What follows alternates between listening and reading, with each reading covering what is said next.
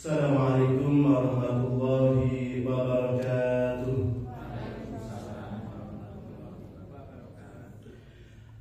Alhamdulillah alladzi asbahna ala fitratil Islam wa kalimatil ikhlas wa ala dini nabiyina Muhammadin sallallahu alaihi wasallam wa ala millati abina Ibrahim hanifa wa ma kana minal musyrikin.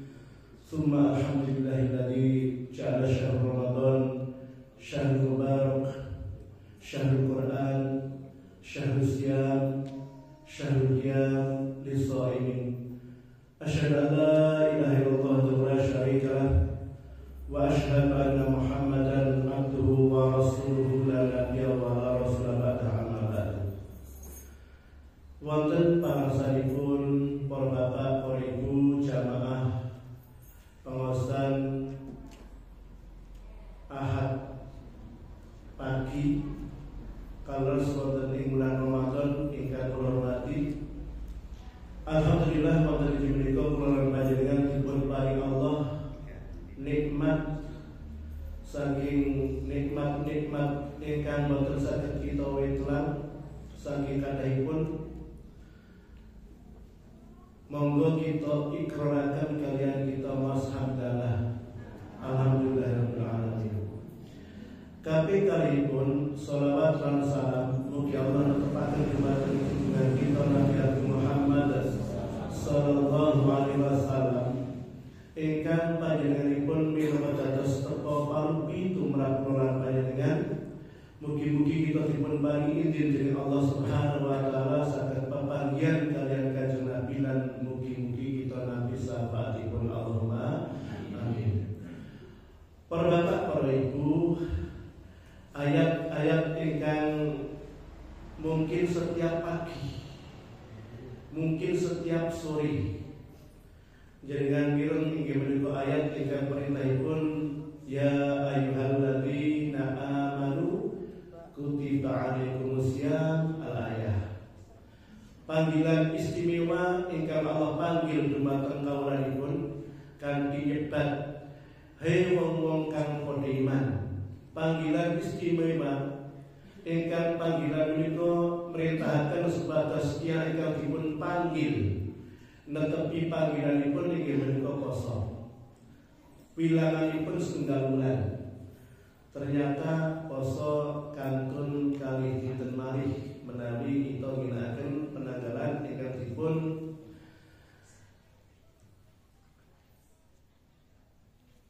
perintahkan saking pimpinan pusat Muhammadiyah. Berarti ibu bapak posone kantun 3 dinten, sahure kantun 3 kalih, tarawihipun kantun 3 kalih. Wonten ing penghujung Ramadan menika kula badhe ngaturaken materi ingkang materi menika mbok menawi bahkan mungkin boten mbok menawi pasti. Mungkin pasti. Menapa ingkang kula aturaken mungkin sampun dipun ngendikaken dening para materi saderengipun kula sehingga mangke mbok menawi wonten pengulangan nggih ngapunten. Amargi 30 dina niku nggih banyak orang yang menyampaikan materi dan kebetulan kayaknya panitia tidak membuat judul. Betul nggih? Nah, biasanya pun kula sebut saja boten mengatakan apa-apa, mengklaim dirinya suka dengan cerita sirah, tapi kan pagi hari ini koyone momene pas-pase Ramadan yang melu-melu rame-rame materi Ramadan. Insyaallah kita makin cerita malih Pak To Arioyo.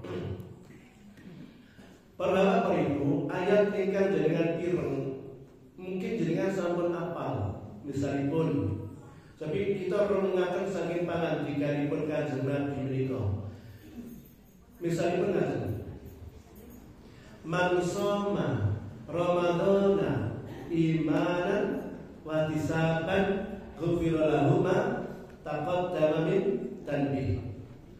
Sosok wonge kan poso Ramadan kanthi iman lan biasanipun wahtisaban niki dipun atosaken dening para penerjemah niku dipun atesaken ngarep para ganjarane. Ihtisab itu kan hisab itu bermakna menghitung-hitung. Tapi para terjemah rata-rata menggunakan mengharap pahala. Sehingga kula dari menika.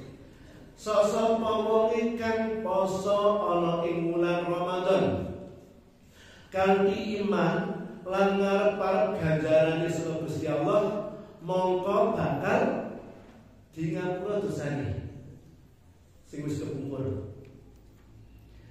Lajeng malih mangkoma nek mau man soma saiki mangkoma ning bidane soma kalian koma. Nek soma niku awan, nek koma niku bengi. Nek soma niku poso berarti awan, nek koma niku berarti salat bengi. Man qama ramadhana imanan wa ihtisaban ghufira lahu ma taqaddama min dhanbi. Sosok wong kang salat bengi. Salat bengi niku yo bisa maghrib nggih salat bengi. Rawatib nggih salat bengi. Isak salat bengi.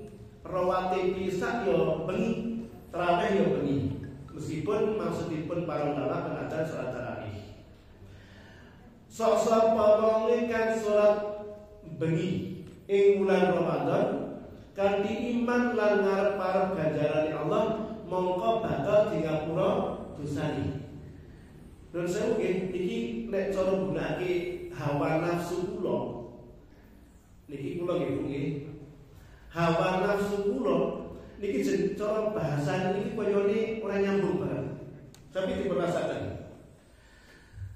Sok sapa wonge kang poso ana ing wulan Ramadan kanthi iman lan ngarep-arep ganjarane Gusti Allah, mongko nek cara bodho kula nafsu kula niku patut-patute sapa wong kang poso Ramadan ngarep-arep ganjarane Allah, mongko bakal oleh ganjaran.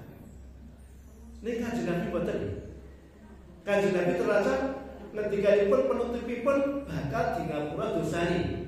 Nek urut-urutane patut-patute matuk-matukane dhewe kan sing poso kanthi iman ngarep ganjarane Gusti Allah, mongko bakal oleh ganjaran. Iki Kanjeng Nabi boten. Lajeng dalu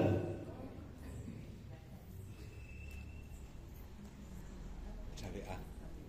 Oh iya baik. Baik. Kon bahasa Indonesia. Iya. Oh, lalu ini.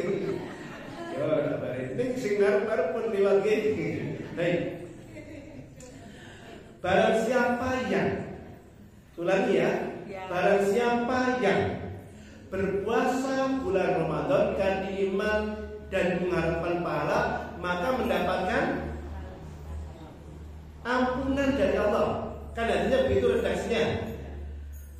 Nek emosi nek kula nyebut matuk-matuk ini basa nek kula cara nek kula sing gambaraken sosok barang siapa yang berpuasa di bulan Ramadan kanthi iman dan mengharapkan pahala, maka dia akan mendapatkan pahala. Tapi Rasul enggak. Barang siapa yang sholat malam dengan iman dan mengharapkan pahala dari Allah, maka dia akan mendapatkan ampunan. Karpe kula cara bahasa Jawa ini enak ini. Keinginan saya kayaknya paling cocok kula tanya, maka akan mendapatkan pahala. Nabi enggak begitu. Mendapatkan ampunan apa di balik itu? Ada lagi kemudian kita menyebutkan tentang ampunan. Dalam sebuah hadis, al-kamaqal lamma sa'adal mimbar qala amin amin amin. Ketika Rasulullah naik mimbar, naik podium, kemudian Rasulullah membaca amin amin amin 3 kali. Ini enggak normal. Ini enggak lazim. Ini enggak biasa. Seseorang naik podium di hadapan hadirin, kemudian dia mengatakan amin, amin, amin. Kira-kira Bapak Ibu ketika melihat kayak ini aneh enggak? Sahabat pun sama. Faqultu ala ma amanta ya Rasulullah. Apa yang menyebabkan engkau membaca amin ya Rasulullah? Normalnya naik podium baca salam, normalnya naik podium baca tahmid, tapi membaca amin. Amin bisa bermakna ya Allah kabulkanlah. Atani Jibril, kata Rasulullah, atani Jibril, ya Muhammad radhi ma'adun. Jibril datang kepadamu, kata Rasulullah. Baru saja Jibril datang kepadamu. Jibril mengatakan celaka umatmu ya Muhammad, dan aku pun mengaminkan. Coba, Rasulullah SAW itu seorang nabi yang sangat penyayang kepada umatnya. Bahkan ketika beliau wafat, dalam satu riwayat masih menyebut ummati, ummati. Janganlah kamu tinggalkan sholat, pesannya itu masih disebut nama umatnya. Bahkan ketika Rasulullah dalam satu riwayat, pada waktu hamba orang-orang yang beriman berada di Sirat, di jembatan yang lebih lembut daripada rambut, lebih tajam daripada pedang, diceritakan Rasulullah melihat umatnya dari tanda-tanda wajahnya. Ketika menyeberang itu beliau masih mengatakan Allahumma sallim, Allahumma sallim, ya Allah selamatkanlah umatmu. Seorang nabi yang penyayang, tapi pada waktu Jibril datang, Jibril mengatakan celaka umatmu, Nabi Muhammad kok mengatakan amin. Seolah-olah menyetujui dengan apa yang disampaikan Jibril. Apa itu? Kok sampai kajian Nabi kok sepakat dengan apa yang disampaikan Jibril, bahwa beliau mengatakan celaka umatmu Muhammad, dia mengatakan amin. Radhima ankum imri'in idza dakhala Ramadan wa kharaja lam fadlahu. Ada loh umatku itu yang dia masuk bulan Ramadan, kemudian keluar lagi dari Ramadan, dia tidak mendapatkan ampunan. Berarti ada orang Islam yang dia tahu ini sudah masuk bulan Ramadan, kemudian dia keluar dari Ramadan sampai Idul Fitri, tetapi tidak mendapatkan ampunan. Apa ini? Berarti ini ada masalah. Masalahnya mungkin dia tidak manqoma, mungkin dia tidak mansoma. Pertanyaan saya, ada nggak orang Islam yang di bulan Ramadan itu tidak berpuasa? Oh, banyak. Nah, saya istilahnya begini, mungkin nggak salah mungkin. Makanya Allah memanggil ya ayyuhalladzina amanu. Itu posisinya lebih tinggi daripada kalimat Islam. Allah tidak menggunakan ya ayyuhalladzina aslamu, hei orang-orang Islam, enggak. Tapi Allah menggunakan ya ayyuhalladzina amanu. Berarti orang Islam tidak semuanya puasa, betul? Iya. Tapi orang iman mesti puasa. Nek itu nggak bisa diceritakan ya. Kalau anak-anak nggak diceritakan karena itu haram. Orang Islam nggak mesti semuanya sholat, iya. Tapi orang beriman pasti sholat. Sehingga jangan-jangan yang disampaikan Rasulullah, ada orang Islam yang didoakan celaka itu mungkin dia siangnya nggak puasa, mungkin malamnya nggak ikut yang mulai. Sebentar ya, tak iklan dulu.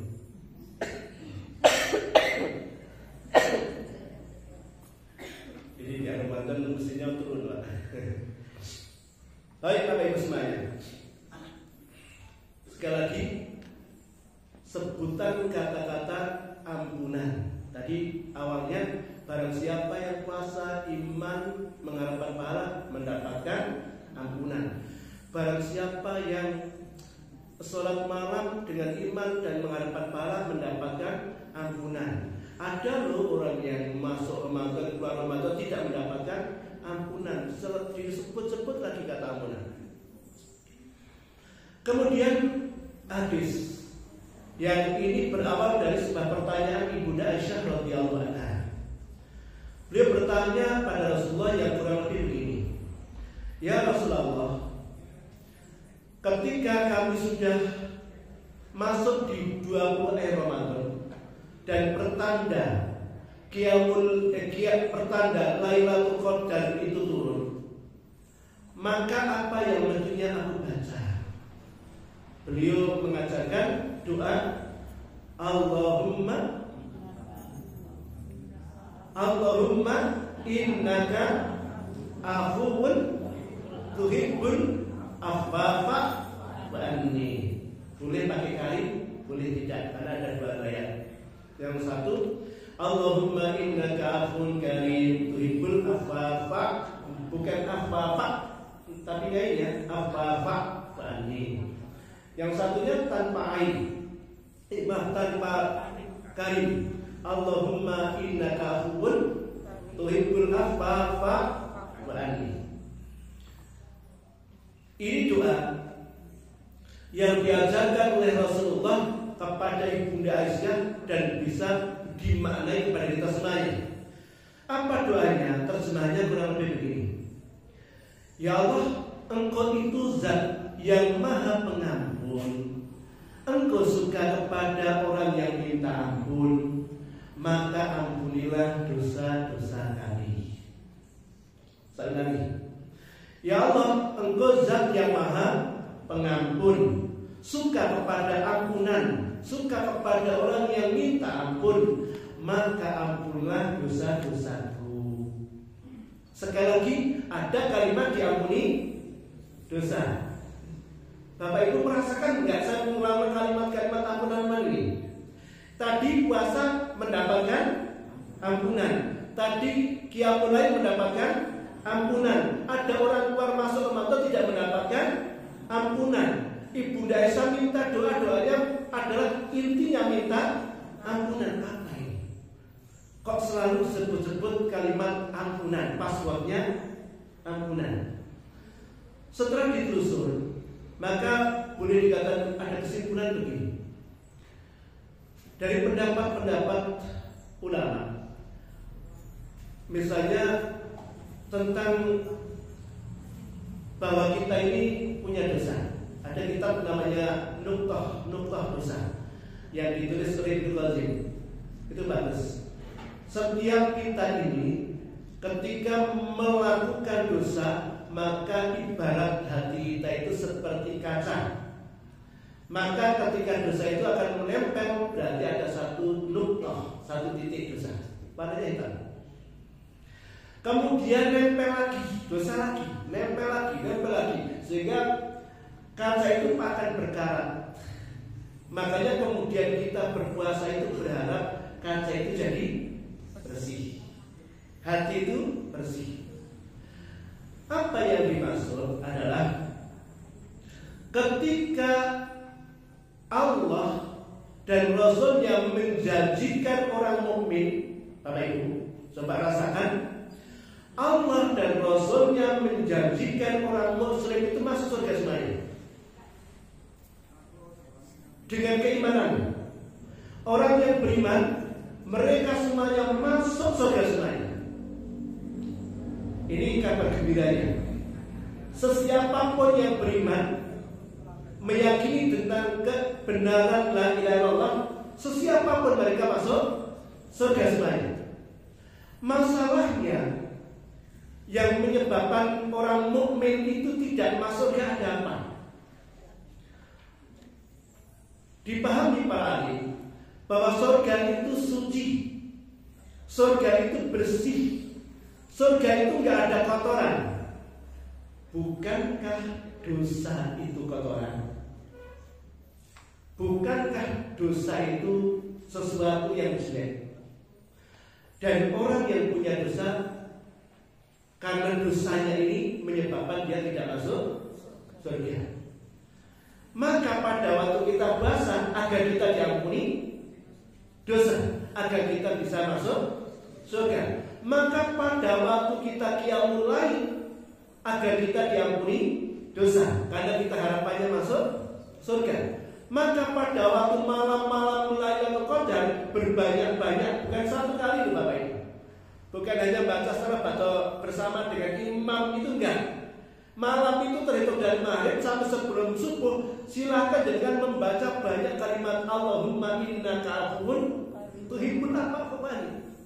Banyak-banyak membaca itu.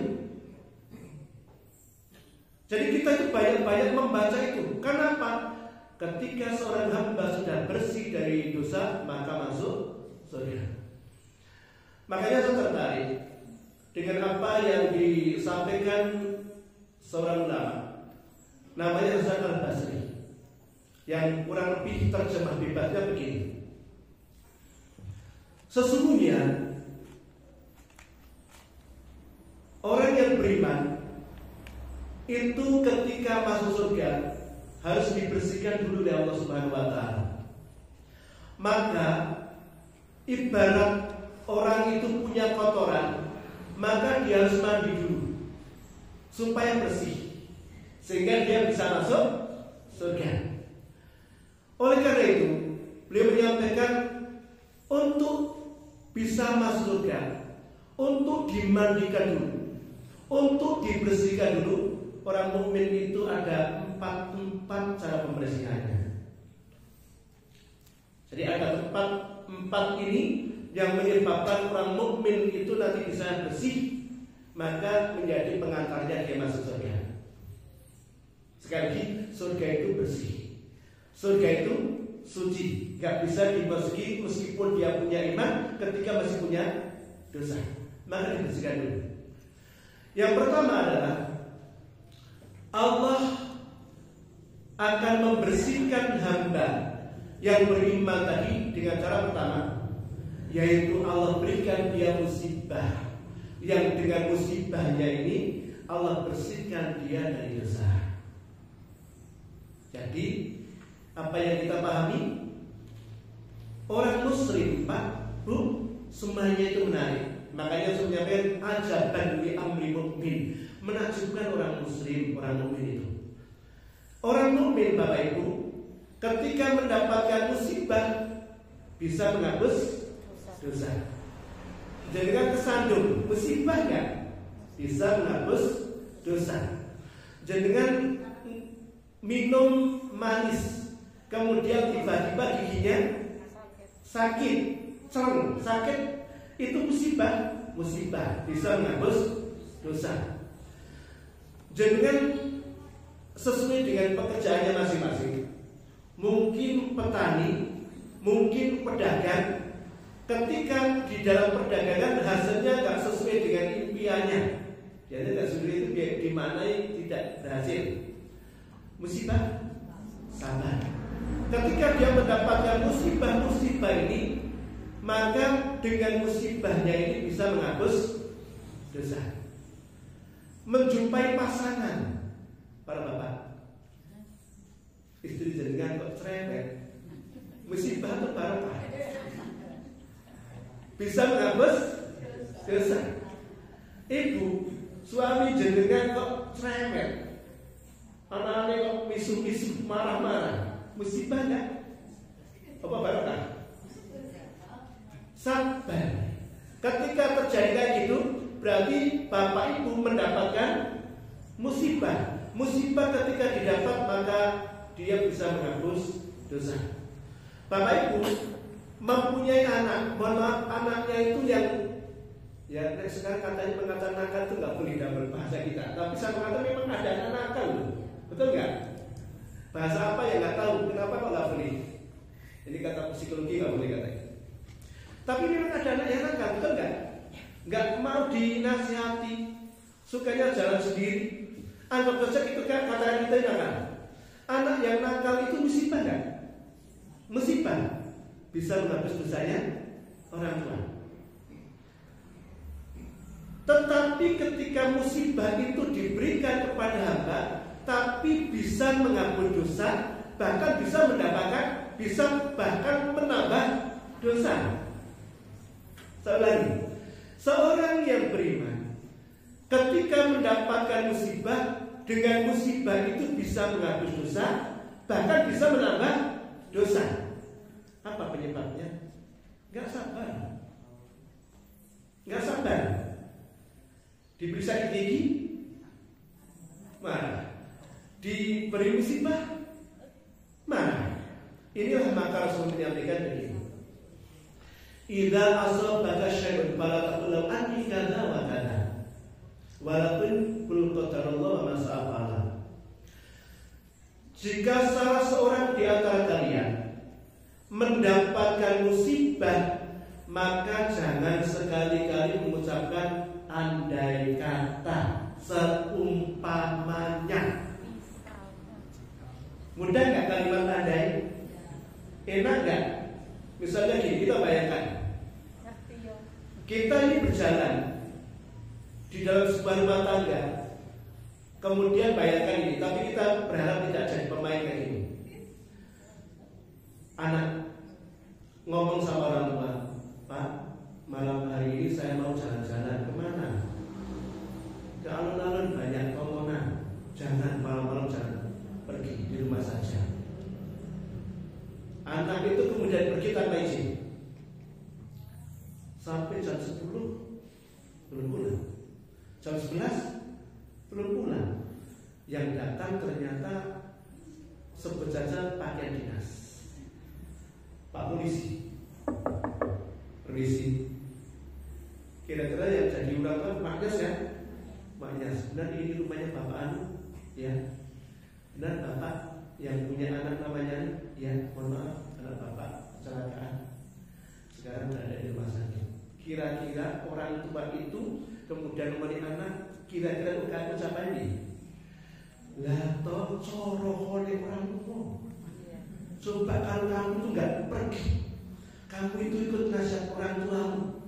Andaikan kamu nggak begitu, kamu nggak begini, betul nggak? Tapi itu nggak boleh sama Rasulullah.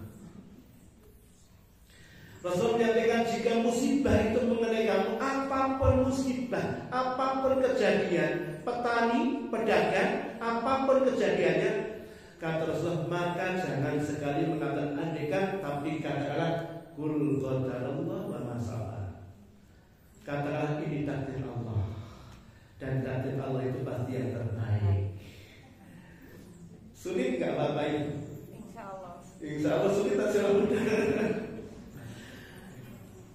Artinya ketika kita ini mendapatkan musibah, apapun musibahnya, kecil apapun musibahnya, ketika itu diterima dan yakin ini takdir Allah, sabar ketika itu, maka kemudian bisa menghapus dosanya. Pertama, musibah bisa menghapus dosa, tapi dengan syarat sabar. Kalau nggak sabar, menambah dosa. Apa jadi musibah itu ya. Kemudian yang kedua, seorang muslim masuk surga semuanya, dan surga tidak dimasuki kecuali dalam keadaan bersih dari dosa. Maka cara penghapusan dosa yang kedua adalah banyak-banyak beramal sholih. Ittaqillah haitsu ma kunta wa bisayatal hasanatan Tuhan. Rasulullah menyampaikan, bertakwalah kamu dimanapun kamu berada, ikutilah perbuatan yang jelek dengan perbuatan yang baik, karena perbuatan baik itu bisa menutup perbuatan yang jelek. Amal soleh. Kalau ini silakan jangan minta dan banyak lakukan. Kalau yang pertama musibah, jangan meminta. Ya Allah supaya dosa dihapus, berilah aku.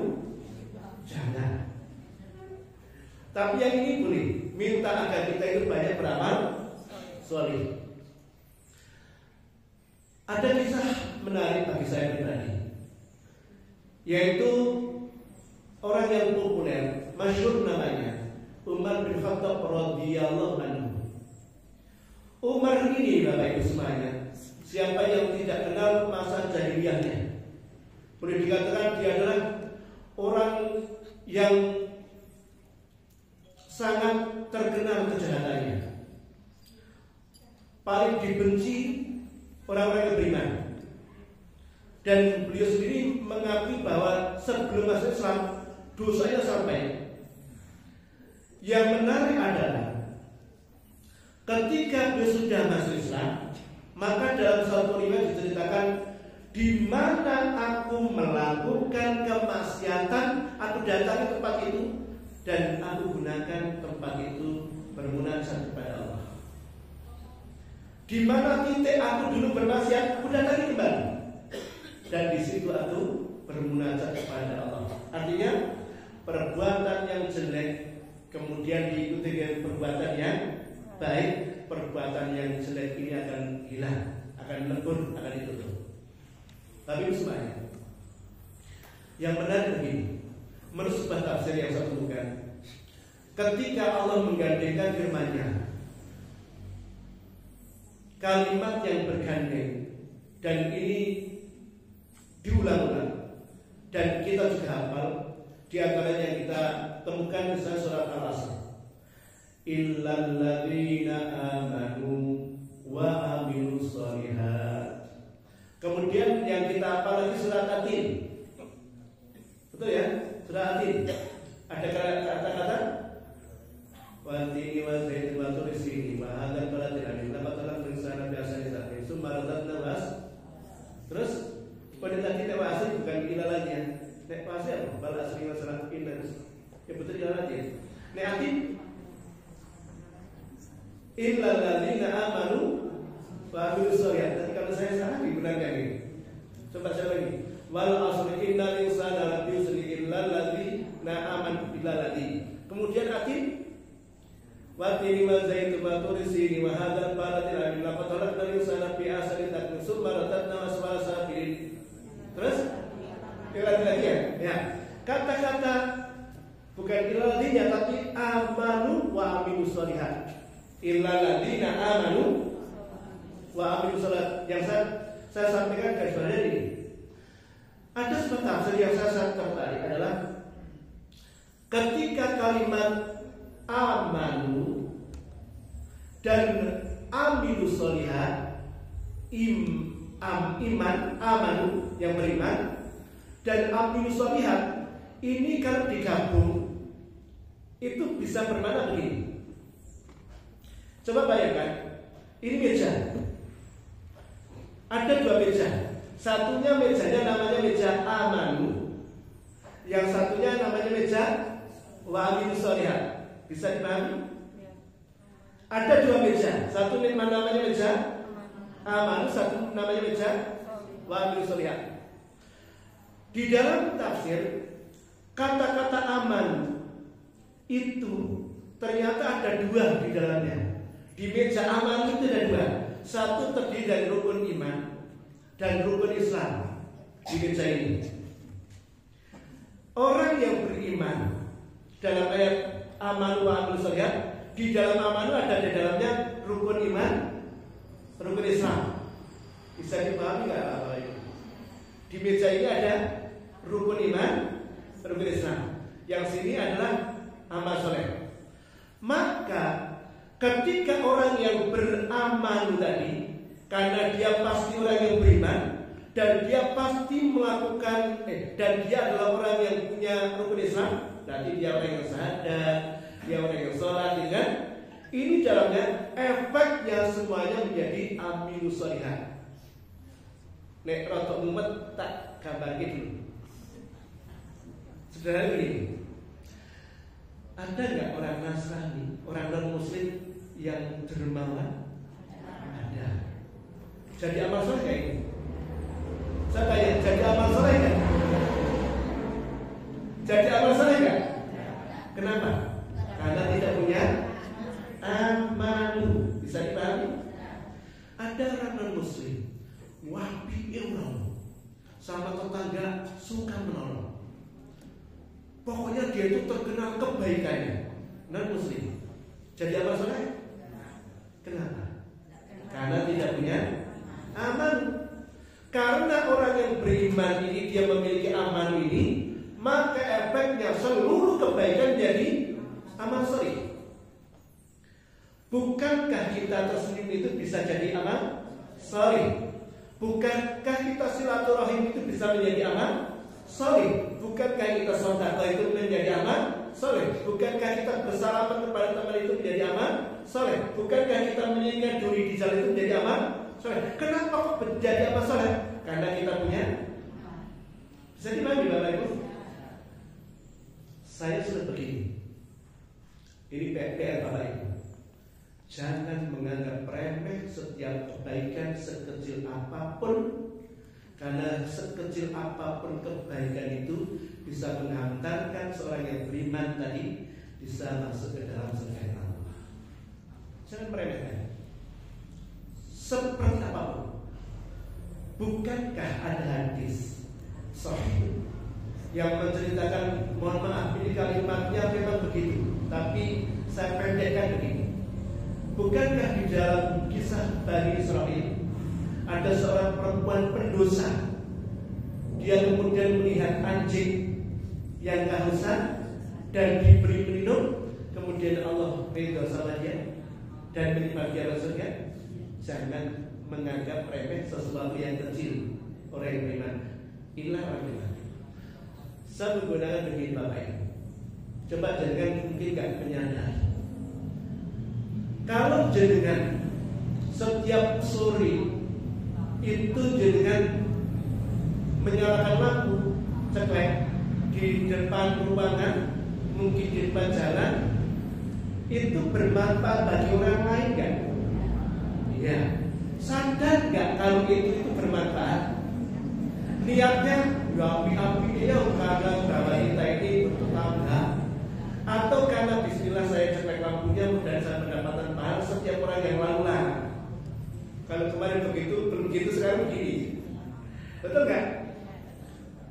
Kan bukan Rasulullah menyampaikan iman itu ada 70 cabang. Cabang yang paling tinggi la ilaha illallah, cabang yang paling rendah menyingkirkan duri di jalan.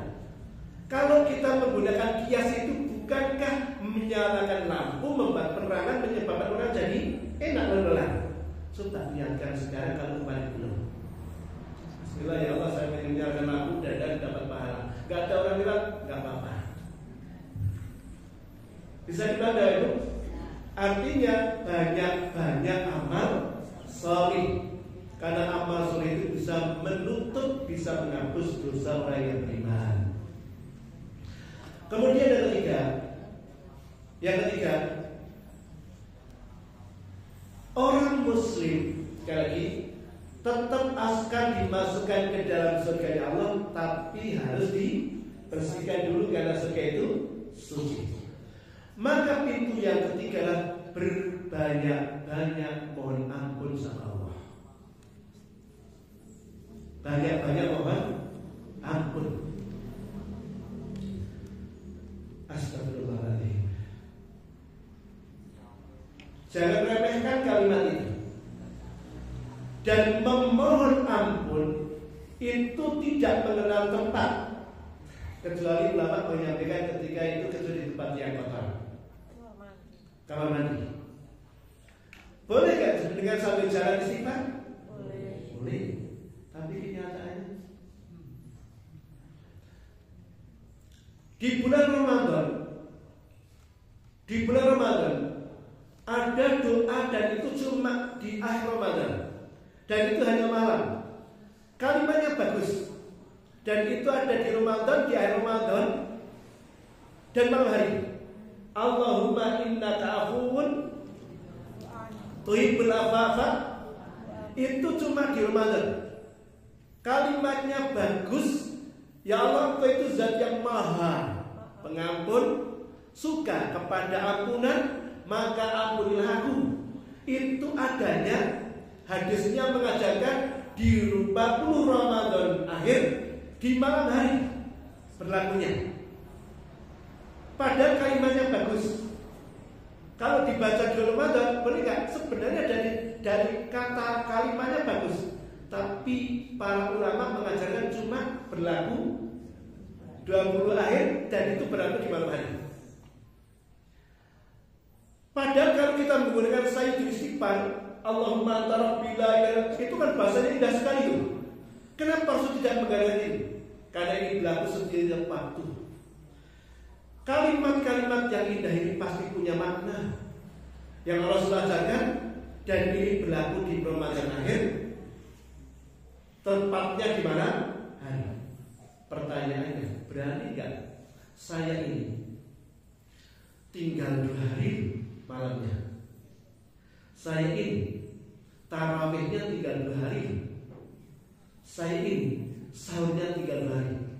Apakah saya sudah punya amalan spesial yang menjadi saya merasa puas, meskipun nggak tahu Allah akan bersikap apa kepada saya, tapi saya merasa puas. Setidak-tidaknya saya sudah membaca Allahumma innaka afuwwun karim tuhibbul afwa fa'fu anni. Mungkin nggak apa-apa kita membuat bilangan. Mohon maaf, saya selalu mengatakan menggunakan bilangan, kan dibolehkan. Tentang membuat bilangan di bab zikir tertentu itu dibolehkan. Misalnya istighfar. Rasulullah saya menyampaikan ini atu bilo mi'ata marrah. Aku beristighfar 1 kali, berarti membuat bilangan.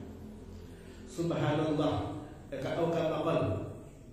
Man qala subhanallah bihamdi ghufira lahu. Man qala subhanallah wa bihamdi mi'ata marrah ghufira lahu ma taqaddama min dhanbi. Barang siapa membaca subhanallah bihamdi 100 kali diampuni. Artinya kalimat bilangan itu pada waktu-waktu tertentu memang ada tuntunannya, dan kita boleh melakukan bilangan. Rasulullah juga mengajarkan sholawat pun ada bilangan. Man shalla alaiya sholatan wahidatan. Barang siapa yang bersalawat pada 1 kali, berarti kalau 2 kali nilainya kemudian dihitung. Artinya silakan Bapak Ibu tinggal 2 malam ini jenengan silakan berazan. Bismillah ya Allah, sebelum saya mengakhiri Ramadan saya akan berbanyak baca Allahumma innaka afuwwun karim tuhibbul afwa fa'fu anni. Beberapa kali silakan, sebanyak-banyaknya lebih baik. Saya alhamdulillah, misalnya gini, alhamdulillah saya sudah hatam Al-Quran. Kayaknya kok mulai lagi khawatir, meskipun gak ada khawatir itu, tapi kan sifat manusiawi. Kita itu kan punya target. Ramadan ini saya katakan sekali, saya katakan 2 kali, saya katakan 3 kali. Ketika target terpenuhi kan kadang-kadang sudah merdeka. Jujur saya gitu kan? Iya. Saya kok begitu? Ya jadi kan kalau lebih baik. Jadi saya itu target Ramadan saya sekian kali khatam. Ternyata misalnya khatamnya nanti malam, misalnya khatamnya besok malam. Kalau mengulang lagi depan apa yang saya ya? Gitu kan bisa, meskipun nggak perlu begitu. Tapi memang sifat manusia. Kadang-kadang kita itu punya target dan target terpenuhi, kemudian kita jadi angin-angin. Apakah tidak lebih baik di malam-malam itu kita program Allah, malam ini saya akan bertemu dengan engkau, saya akan bermunajat dengan engkau, dan saya mengikuti apa sabda yang diajarkan kepada Indonesia. Allahumma innaka afuwwun karim tuhibbul afwa fa'fu anni. Ya Allah, engkau itu zat yang maha pengampun, suka kepada ampunan, maka ampunilah dosa-dosaku di malam hari itu. Asik gak kira-kira? Silakan sebanyak-banyaknya. Jangan silakan buat program sendiri antara jenengan dan Allah. Nah, azamkan sendiri antara jenengan dan Allah. Dan ini kuatannya cuma malam.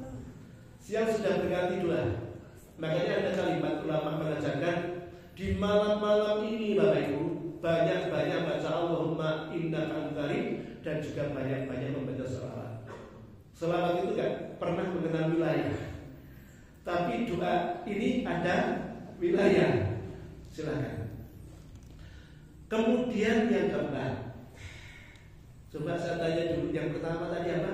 Seorang mukmin untuk dibersihkan dari dosanya. 1, Masya Allah, keempat berarti yang 1 diberi musibah. Yang kedua, banyak-banyak beramal soleh. Yang ketiga, Bapak Ibu ini orang mukmin tadi, mungkin ada di antara mereka itu ibadahnya nggak bagus-bagus, mungkin, tapi dia kemudian banyak musibahnya, sakit-sakitan saja. Mungkin mohon maaf miskin banget, sabar dengan kesakitannya, sabar dengan miskinnya, jangan-jangan bisa lebih dulu masuk daripada orang ibadah. Bisa nggak? Bisa. Makanya nggak perlu meremehkan ada ya. Saya ibadah, saya itu bagus, saya itu qiyamul lailnya mantap. Itu enggak sholatnya itu malu 5 waktu nggak tahu di mana. Jangan-jangan musibah dia yang bertubi-tubi, dia mengatakan, ya Allah ini pasti membuat saya tertarik dan terima mawar. Jangan-jangan dia lebih dulu daripada kita.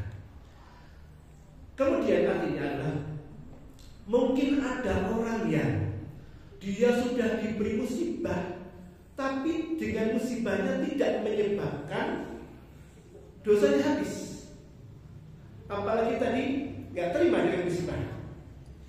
Atau kedua, mungkin dia sudah banyak beramal soleh, ternyata dosanya lebih banyak.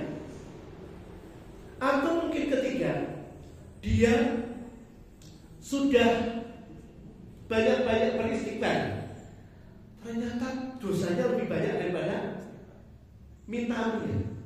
Berarti orang mukmin tadi masih punya dosa nggak? Masih punya dosa nggak? Dan surga itu bersih, tidak bisa dimasuki kecuali orang yang bersih. Maka kemudian masuk pintu yang keempat ini, yang kita sebenarnya nggak ingin. Orang mukmin tidak bisa masuk surga karena surga itu bersih. Maka untuk membersihkan dirinya, Allah masukkan dulu dia ke dalam neraka. Ini yang kita katakan. Betul nggak Pak Baik? Seluruh orang yang beriman, yang dia punya kalimat tauhid, la ilaha illallah, itu semuanya surga. Hanya kapan masuk surganya? Karena surga itu bersih, suci, nggak mungkin bisa dimasuki kecuali orang yang bersih. Maka ternyata orang mukmin itu masih punya endapan dosa tadi, tetap Allah masukkan dulu ke dalam neraka. Dan sekali lagi kita pasti tidak mau masuk yang ini. Betul? Iya. Maka ulama mengajarkan, bisa saja Allah berikan orang mukmin di kubur itu azab. Dengan azab itu kemudian Allah bersihkan dia dari dosa. Tapi bisa saja kemudian belum selesai hitungannya di kubur, kemudian Allah berikan lagi di tempat yang lainnya, dan bisa saja kemudian dimasukkan ke dalam neraka dulu, baru setelah dianggap bersih dengan azab sesuai dengan dosanya, Allah angkat orang yang beriman tadi dan kemudian dimandikan di telaga Al-Kautsar, telaga yang diberikan kepada Rasulullah, dan kemudian baru dimasukkan ke dalam surga. Dan ini sekali lagi kita tak mau. Apa bukti kita tak mau? Maka kita banyak-banyak baca Rabbana atina fid dunya hasanah wa fil akhirati, dan pasti kemudian ditutup dengan wa qina adzabannar. Bahkan Bapak Ibu, doa yang diajarkan Rasulullah, beliau mengajarkan doa ini, dan kita semuanya paham. Tapi mungkin prakteknya Bapak Ibu ada yang belum bisa menggunakan semuanya, yaitu doa. Dan ini dibaca di akhir tahiyat akhir, yaitu membaca Allahumma inni a'udzubika min adzabi jahannam wa min adzabil qabri wa min fitnatil mahya wal mamati wa min syarri fitnatil masih dajjal. Coba kita rasakan dulu maknanya. Ya Allah, saya berlindung kepadamu dari neraka jahanam. Berarti urusan akhirat. Wa min adzabil qabri, dan aku berlindung dari azab kubur. Berarti itu akhirat. Wa min fitnatil mahya wal mamati, dari fitnah antara hidup dan mati. Berarti bisa hidupnya ada fitnahan dan kematiannya juga ada fitnahan. Wa min syarri fitnatil masih dajjal. Dari berita yang akan terjadi. Tapi dari empat ini yang paling kita ketahui adalah neraka jahanam dan azab kubur yang akan terjadi. Dan azab ini bisa menghapus dosanya orang mukmin, dan kita tidak berharap kita dihapus ketika kita berada di alam kubur maupun apalagi di neraka. Maka doa ini diajarkan Rasulullah SAW. Bahkan dalam satu riwayat begini, seingat saya ini adalah Sufyan As-Tsauri, seorang ulama. Beliau pernah menjumpai putranya sholat. Ketika putranya sholat di tayang akhir, beliau dekatkan telinga beliau ke mulut anaknya. Jadi anaknya pada membaca at-tahiyatulillah wa sholawatut thayyibat, didekatkan telinga beliau ke dekat mulut anak yang baca tadi, anaknya. Sampai ketika membaca, mungkin ya, saya baca innaka hamidum majid, Allahumma sholli ala Muhammad, dan seterusnya sampai innaka hamidum majid salam.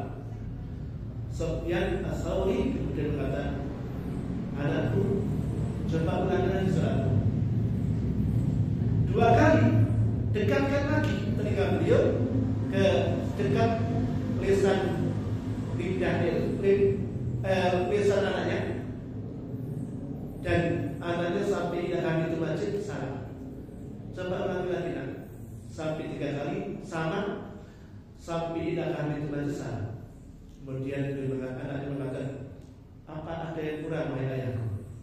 Maka beliau mengajarkan, nah, jangan sekali-kali kamu tinggalkan ketika salat baca Allahumma inni a'udzubika min adzabi jahannam wa min adzabil qabri wa min fitnatil mahya wal mamati wa min syarri fitnatil masih dajjal. Maka ada pendapat yang mengatakan seolah-olah perintah itu perintah yang wajib. Kita banyak-banyak minta kepada Allah agar kita ini dihindarkan dari yang kita benci itu. Ini sampai ulama akan mewajibkan dirinya untuk selalu baca itu. Silakan Bapak Ibu untuk dibaca. Sudah jam 6, sementara jam 6 selesai. Mudah-mudahan Bapak Ibu tidak kecewa dengan materi sore pagi hari ini. Insya Allah hafal ya Bapak Ibu ya. Tinggal 2 tarawih, tinggal 2 sahur. Apa yang akan kita lakukan menjadi keistimewaan pribadi saya, silakan sebagai keistimewaan pribadi. Dan jika kemudian menangkap ini pesan yang baik, maka berbanyak-banyaklah di malam hari baca Allahumma innaka afuwun tuhibbul afwa fa'fu anni. Sebelum tamunya pergi dan kita nggak tahu tahun depan kita masih berjumpa atau tidak. Siapa yang jamin tahun depan kita bisa berjumpa? Kemarin hari Senin ada salah satu masih keluarga saya dari anak saya, ibu-ibu meninggal dunia. Meninggalnya bagi saya menarik pelajaran saya pribadi. Saya ceritakan Bapak Ibu semuanya. Saya tanya pada anaknya, ibunya punya riwayat apa mas? Nggak punya riwayat, nggak pernah sakit selama ini biasa. Umurnya berapa? 52 tahun. Sudah tua atau masih muda? 52 tahun. Ceritanya ini, begini. Suaminya jam 5 sore lagi kerja di rumah karena persiapan panggung. Ibunya di dapur jam 5 itu lagi menyiapkan untuk berbuka bersama-sama. Tetangganya tanya, kan Mbak Ayu di rumah. Saya mau ketemu Mbak Ayu, silakan masuk. Saya mau minta kertas plastik. Kamu masuk aja. Masuk di dapur, ternyata sudah jatuh dan itu pegang tangannya sudah diambil nyawanya Allah Subhanahu wa taala. Siapa yang jamin nanti jaga sampai rumah? Siapa yang jamin nanti malam bisa tarawih? Dan siapa yang jamin tahun depan kita masih menjumpai Ramadan? Manfaatkanlah berbayar-bayar Allahumma innaka afuwun tuhibbul afwa fa'fu anni, sehingga Allah jadikan semua yang kita lakukan mendapatkan pahala sekaligus diampuni dosa-dosa kita semuanya.